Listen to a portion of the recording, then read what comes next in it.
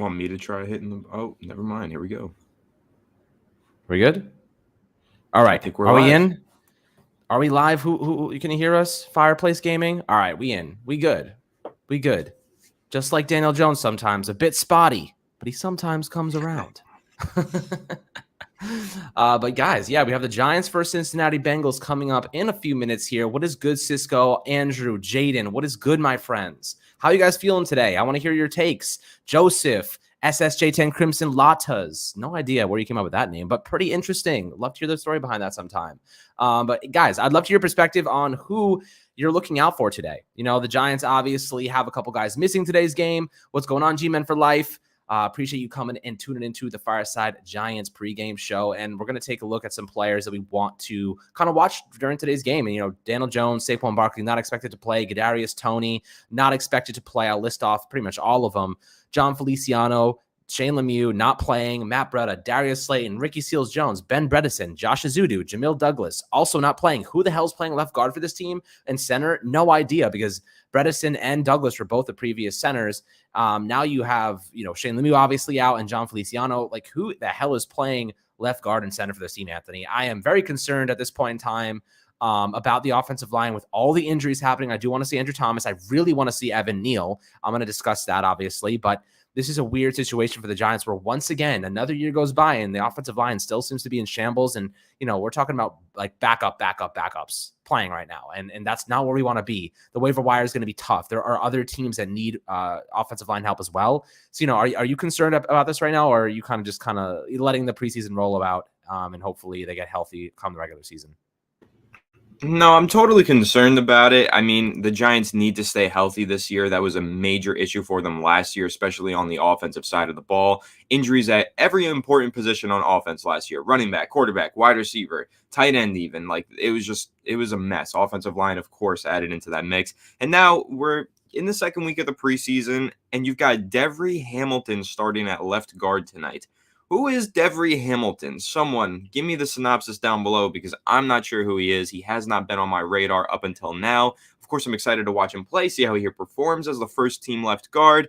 Max Garcia playing as the first team center today. Very interesting. That's the first team offensive line during warmups.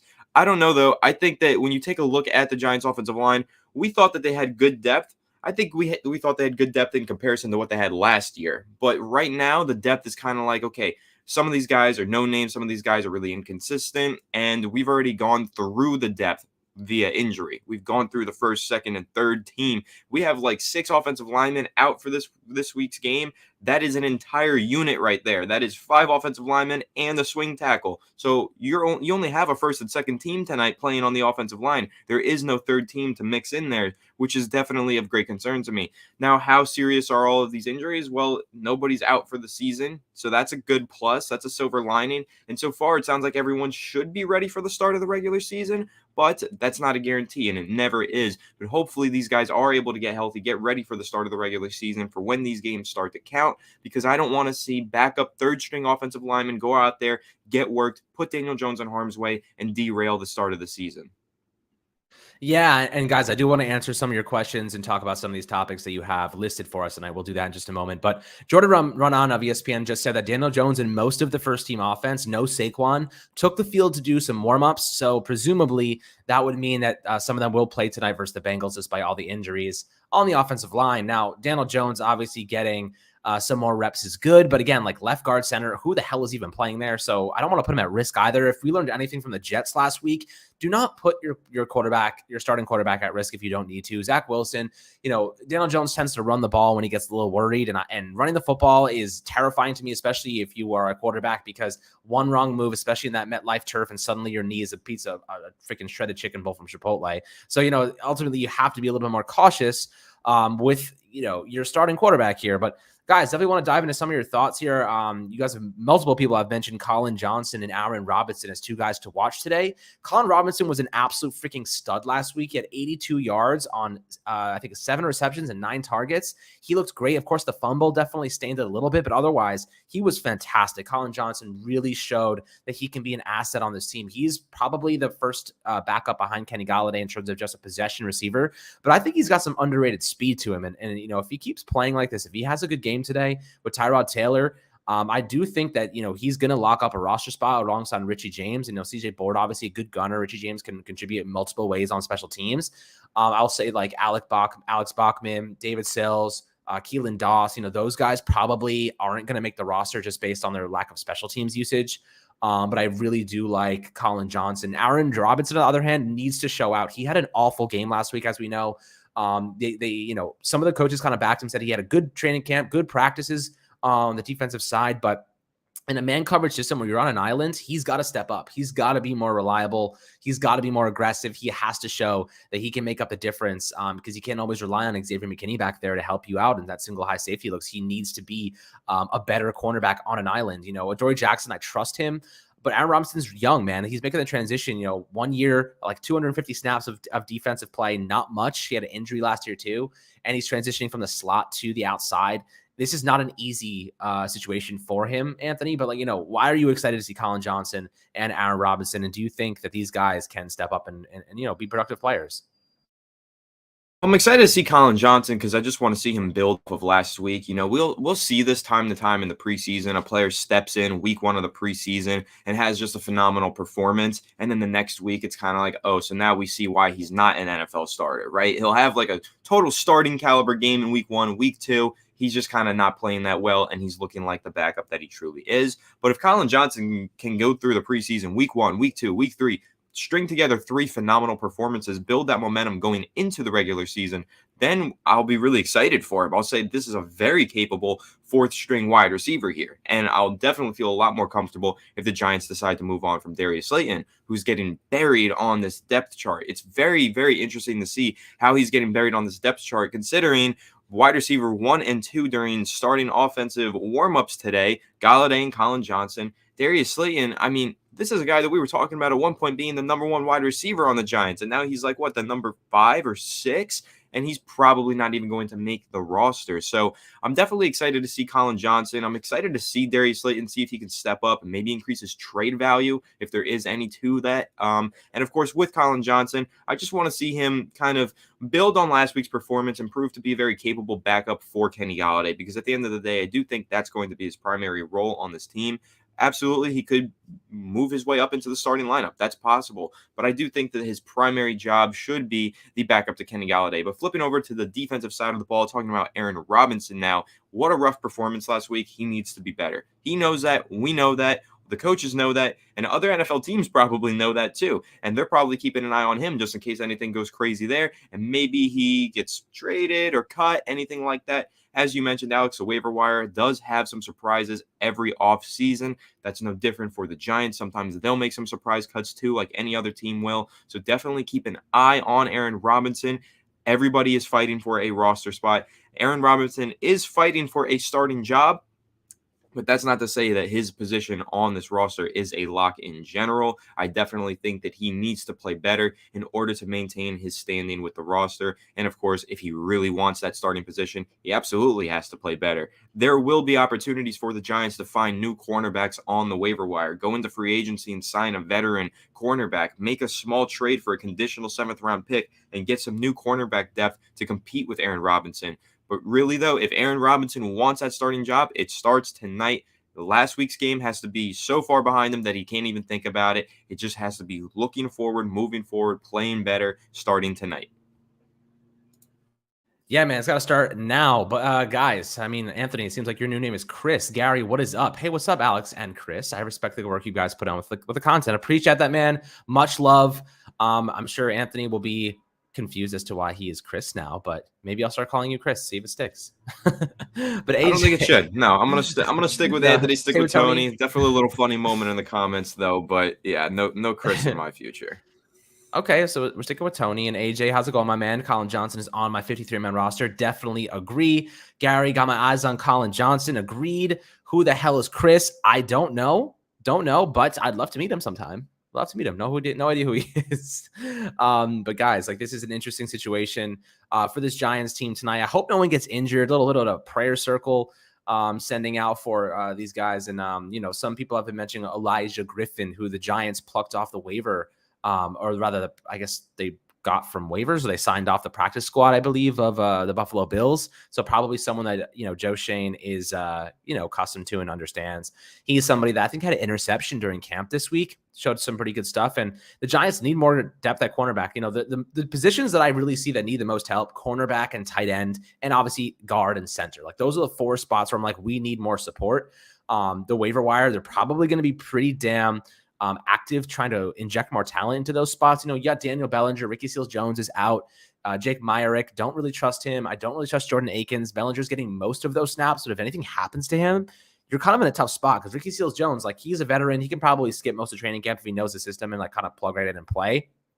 But I do think that, after what Joe Shane said a couple of days ago, in the sense that he's open for business, he was like, we're looking for player trades. We're looking at the waiver wire. We're looking at practice squads. I'm in the boat that I think they're going to be making a couple moves before the regular season starts. When the 53-man roster comes crumbling down and other teams are cutting some quality players, the Giants are going to be looking to upgrade some spots. No doubt about it. Cornerback, definitely going to need some support there. I think that if maybe a guy that fits their system a little bit more, maybe somebody from Baltimore or Miami with a heavy blitz, man coverage style schemes, shakes loose, that has some quality, I'd be looking at those rosters. And maybe we'll do an episode on that, discussing some of the guys that are cut on teams that make sense, maybe similar styles, maybe from Kansas City or maybe from Buffalo. Buffalo obviously would make sense, seeing who shakes loose over there. Maybe there's a couple of quality players that, just don't make the cut that could be an impact situation for the Giants, who are just restarting, really starting this rebuild. Sam, you mentioned the special teams play. That's also one. McGoffey, I do like the Giants special teams. I do like how their aggressiveness, they've had some trouble. Here's the thing, like you look at like teams like even like the Jets, like look at Braxton Berrios. Why do we not have like that really good kick returner that can also just play a smaller part on offense, like maybe just a slot receiver type of role? Like Wandale as the kick returner would be awesome. The thing is, I think he's going to be too valuable to the team to put him as the kick returner. I don't trust kick returners to stay healthy. Look what happens to Jabril Peppers the last couple of seasons. He gets hurt, tore his ACL. Had that another injury a couple years back, returning kicks. OBJ had an injury returning kicks. Like at a certain point, like you have to be a little careful. Who's the guy that you need? Like Wandale would be awesome doing it. We need someone who can contribute, stay healthy, and also provide value in that sense. And like you said, Joseph, like our kick returning sucked last season. Like we have nobody, and then, Riley Dixon's gone as a backup quarterback. Goodness gracious. Guy can't even kick, let alone use his hands. So I don't know if that's the best move. But Anthony, what are your thoughts on, just the special teams unit in general? Maybe who could emerge here as a pretty good kick returner for this team and someone who could also make an impact on offense?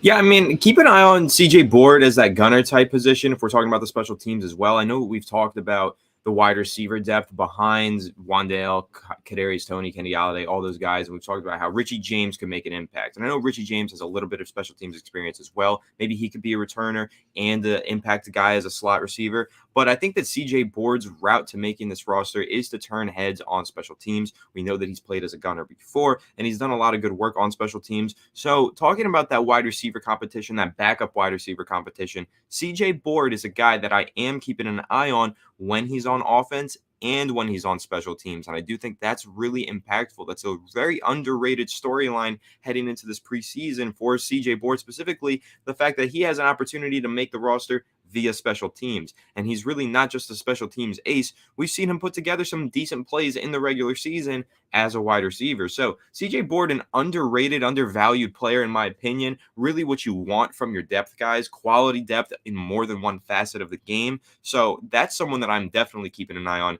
as we take a look at the special teams unit during tonight's preseason game.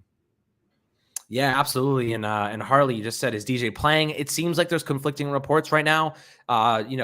Jordan Ronan said that he could be playing, that he worked out, did a lot of the warm-ups. And then Dan Duggan just came out and said he did a really substantial pregame workout, which is indicative of, maybe not playing. He, a guy that worked out that much pregame, probably isn't going to throw another pass today. And honestly, like, let's be serious, guys.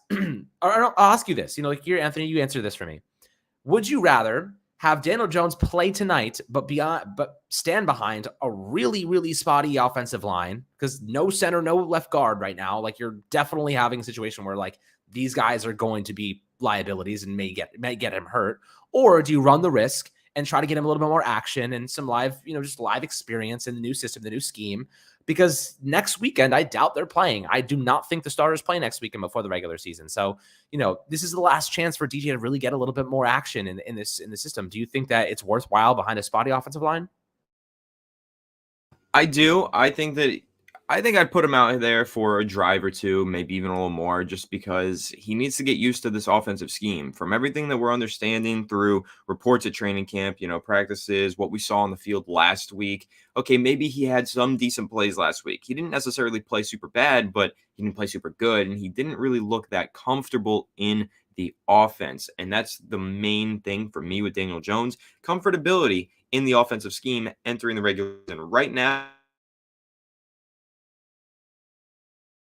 making the plays in this offense, reading the routes that are being ran by the receivers, reading defenses through these routes and through this offensive scheme. It seems like comfortability might be a factor enhancing Daniel Jones's performance in a negative way, because I don't think he has that comfortability just yet. So I do want him to get out there on the field. And if we're pretty certain that he's not going to be seeing the field next week, and then there's a bye week and then the regular season, yes, I do want him to get some snaps tonight, even though it is a shoddy offensive line. I totally understand that, but we are talking about Mike Kafka and Brian Dable, and we've been talking all offseason long about how great of minds they are, how great they are at scheming together plays to maximize the potential of certain players. Okay, so scheme together plays where it's manufactured so there is no pressure. Bootlegs, rollouts, stuff like that, play action, things like that that give you just a little bit extra time in the pocket for Daniel Jones to read the field and keep himself out of harm's way. I definitely think he should see the field tonight. I don't know how long he should see the field tonight for, but I think he should go out there, play some snaps, start to get more comfortable in the offense, because I don't want him to go out there in the regular season with zero comfortability, throw 3 interceptions in week 1, and then we're just all in catastrophe mode, right? And it's chaos, and I don't want to see that happen. So I do think he needs a little bit more practice on the field just to get him more comfortable in the offense. Yeah, and G-Men for Life, they're bringing back the player intros. That's super lit. I'm excited to see that. Should be fun. But before we wrap up here, I want to give you guys our players to watch for today's game, specifically mine, Anthony. I'll let you go after with yours. So my first one, Evan Neal. Really struggled last week in pass protection. Would love to see him step up, have some good reps, put some good stuff on the tape, and hopefully kind of start to, push that narrative back that he's disappointing, which is stupid to begin with. Whoever did that is a single cell zygote. Absolute moron. Whoever said that Evan Neal is disappointing up to this point, like, how could you even disappoint without having played a regular season game yet? It's unbelievable. The New York media pisses me off, for the record. But aside from him, I really want to see Darian Beavers. That LB2 spot, in my opinion, is live for the taking. It definitely should be open competition. I think Darian Beavers looked awesome last week. I would love to see him get some reps with the ones. Tay Crowder, competent, but not really a good player. I definitely would like to see a little bit more from Darian Beavers today, and hopefully make some more plays. I think he had 3 tackles and a tackle for a loss last week and blew up a screenplay too, which was the tackle for a loss. I also would like to see Wan'Dale Robinson even just utilizing him in some motion, moving him around a little bit, and see what he can do there. I also would like to see a little bit of Aaron Robinson, him performing. That would be fun. So that would obviously be like a big thing for him if he was to, kind of step up and be somebody that can have a good game and show us a little bit more optimism moving forward. But I'll tell you what, who else do I really want to see? I'd like to see Dexter Lawrence produce a little bit more. Obviously, Kayvon Thibodeau. I want to see Jay Sean Corbin out of FSU. I want to see who else? Darnay Holmes. I'd like to see a little bit of Darnay make a nice play or two. Yusuf Corker. He's been calling some plays every now and then. He's our, kind of our backup strong safety at this point in time. These are the main guys I'd like to see. But what are you thinking, Anthony? What are the guys to kind of keep an eye out for in this game specifically? Yeah, I mean, you kind of covered the list. There's a pretty long list of players you mentioned there, but I will say CJ Board, who I mentioned earlier in the live stream, taking a look at him not only on special teams, but on offense, seeing what he can provide to the Giants. Another player that I'll mention, running back Antonio Williams. He was warming up with the first team. Super curious to see what he can provide to the Giants, see if he can be a decent backup for them at the running back position. And of course, really all the guys that you mentioned. I think you mentioned Daniel Bellinger. Daniel Bellinger is somebody that I want to see start to produce here in the preseason. He is listed as the tight end 1, so I want to see him start to make plays, get ready for the regular season. Of course, on the offensive line, though, Max Garcia, There was a time where we thought he could compete for left guard 1. Then we thought he was competing for right guard 3. Now he's playing first team center tonight. So super interesting turn of events for Max Garcia. Let's see how he performs. He has been a starter in the NFL for a few years now. So hopefully he can continue to have a decent impact on the Giants. But yeah, and on the defensive side of the ball, you mentioned them. Kayvon Thibodeau, guys like that, Darnay Holmes, want to see what he can do in this game. There's a lot of players out there that I'm keeping an eye on, as you are. But again, keep an eye on CJ Board. I want to see how he plays in that special teams role and see if he can fight his way onto the roster. Yeah, guys, but this is going to be fun. I'm excited for this game. It's about to start in a couple minutes here. So enjoy the second preseason game for the Giants against the Cincinnati Bengals. I'll be posting and live tweeting throughout any highlights. And of course, after the game, we'll do a post-game reaction and kind of evaluation, preliminary stuff, and get you guys all that necessary information. Then tomorrow we'll start to dive into it even further in depth. So appreciate everyone that tuned into the Fireside Giants pregame show today. Enjoy the game, and we will catch you guys afterward.